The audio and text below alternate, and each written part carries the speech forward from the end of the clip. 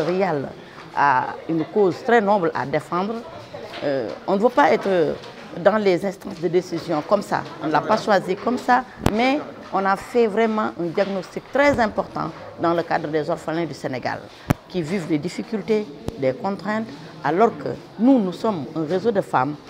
En tant que maman, nous allons porter ce combat noble pour ces enfants-là qui est les nôtres. Le réseau, je ne veux pas dire apolitique, parce que ce que nous faisons, c'est de la politique sociale.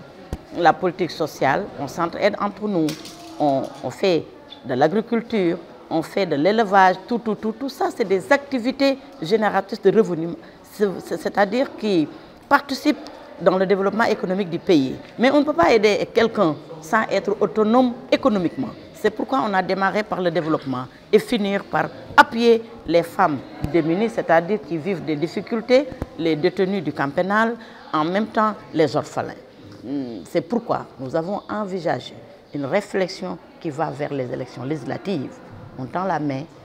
Si quelqu'un nous répond, on part. Si on ne nous répond pas aussi, on part parce qu'on est prête.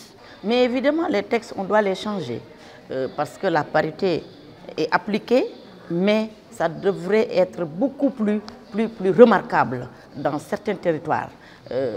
Ces textes-là, ce sont des lois qui les changent. Et si on n'a pas des femmes qu'il faut, à la place qu'il faut, on ne changera pas ces lois-là. Et il faut des dames de fer qui s'imposent, qui votent des lois qui servent à notre nation. Nous, on est prêts pour ça. Vous voyez que la représentativité des femmes n'est pas du tout remarquable. Surtout dans le gouvernement, vous voyez qu'on nous dit tout de suite qu'il y a 8 ministres ou autres. Il y a aussi les institutions importantes et dirigées par des hommes et non des femmes. Il n'y a que Mme. Donc tout ça, il faut des réformes pour cela. Vous savez que nous sommes un mouvement, un réseau. Nous ne sommes pas de parti. On est obligé de collaborer avec un parti pour aller aux élections. Mais ça ne nous empêche pas de nous imposer et on peut aller seul. On peut aller seul. Parce que si on applique le parrainage, nous on est prêts, mais nous ne sommes pas pour le parrainage. Mais je dis éventuellement, si on l'applique, nous sommes prêts. Si aussi on ne l'applique pas, nous sommes prêts. Dans le cadre du financement aussi, nous sommes prêts. Donc rien ne nous empêche, Inch'Allah, Rabbi, s'il plaît ton beau Dieu, de défendre cette cause-là que nous avons envisagée devant nous. Avec le parti au pouvoir ou bien avec l'opposition? Ça importe peu, nous, le parti au pouvoir, l'opposition, nous on est autonomes. On est autonome et on a notre objectif à atteindre, c'est de défendre nos chers enfants-là, qui sont ces orphelinats-là.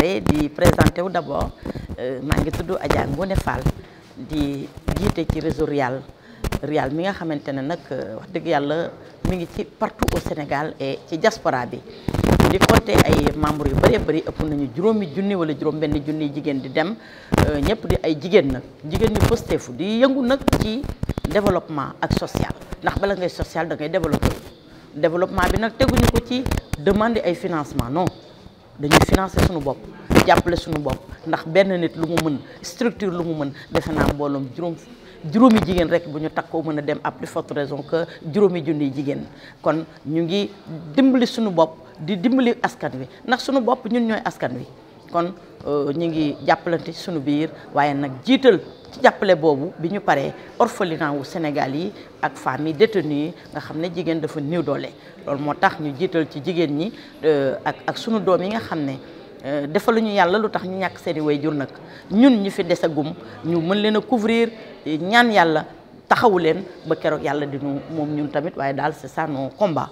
Le combat principal de Rial c'est d'appuyer et de défendre les orphelins mooy jàppale jërimi yàlla yi nga xam ne gisaguñu ci réew mi ku leen jooyal xanaa ku leen dem dimbali ji di nga gis nag at ba at wala weer ba weer ku jër ay ndimbalam dem yóbbul jërim yi waaye ñun loolu la ñu ne moo war a jeex ndax ku ci ne sa biir kër ci sa njaboot chaque jour nga dimbali sa doom chaque jour nga yóbbu sa doom mu jàng chaque jour nga jox sa doom mu lekk mu naan te bonne volonté rek ñëw tey orphelinat Sénégal yi bonne volonté yooyu nag dañoo bëgg état bu toogati ci réew mi ak bi fi nekk mu def projet de loi boo xam ne dañuy subventionner les orphelins du Sénégal ndaxte nag loolu mën na tax sax am réew dem ca kanam ndax ay jirim lañu d'ailleurs moo waral panel bi pour ñu gën a am ay orientation gën a xam fu ñu teg suñu tànk ndaxte bëgg a bokk rek taxut a bokk dañoo bëgg a bokk yóbbaale ay ambition yu tax ñuy bokk loolu moo tax Rial est prête pour bokk ci élection législative yi ku mu ànd ak nit bëgg na bokk ku mu ñàkk ànd ak nit bëgg na bokk.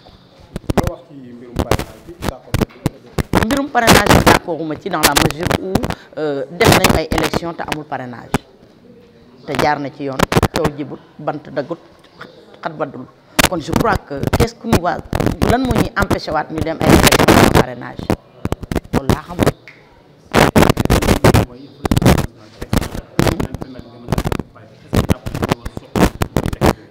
waa texte yooyu lu jar a soppi la ndax parrainage ak respecté nañ ko mais am na fu mu yem foo xam ne àggu fa bi ci des mooy parité bi texte yi nga xamante ne loi la ñu teg ko loi nag loi rek moo koy defaraat kon loi boobu koy defaraat dafa war a am assemblée nationale une assemblée digne de ce nom assemblée boo xamante ne nii jigéen ña fay nekk dañuy défendre la cause de la nation di askan wa la ñu bëgg ñu taxaw ca ba projet de loi yi nga xamante ne nii dañ ci am jeexi jaaxawa ilaa neexul askan wi ñu dindi ko def fa bi nga xamante ne nii moom méngoo ak askan wi ndax ku dëgg ne assemblée nag ne représentant waa réew mi